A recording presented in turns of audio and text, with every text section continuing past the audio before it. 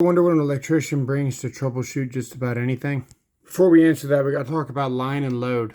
I recently did a troubleshooting video and I want to explain what line and load really means. When we think about line, we're talking about the power. That'd be the line side, which basically means that it's not switched yet.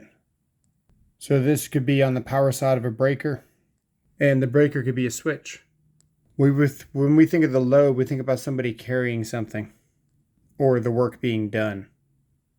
So if we think of the line side being the power on a switch, inside this is what a switch looks like. Right now the switch is off because this line is not touching. When we flip the switch down, it'll connect these two dots together and you'll send power across the switch.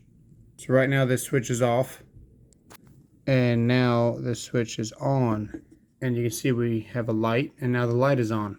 So if we get less basic, if we went from the ground to the power side of here, if we took our multimeter, we would get 120 volts to ground because the light switch is on. If the light switch was off and we were trying to sense power here, we would get no voltage because the switch is not sending any power.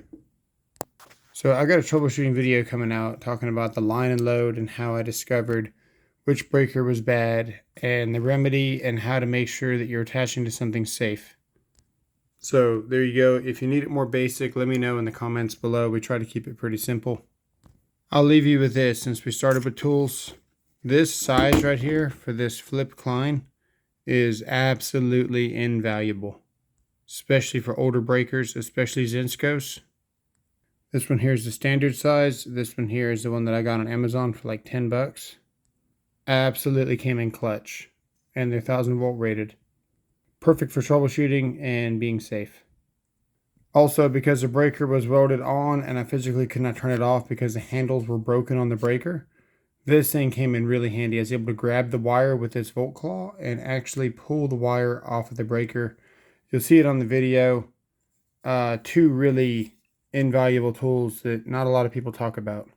Later in the video, we pull out our multimeter and we use the amperage selection here to determine what the actual load is. And I might talk about how to use that on the next video. Thanks for watching and sub for more.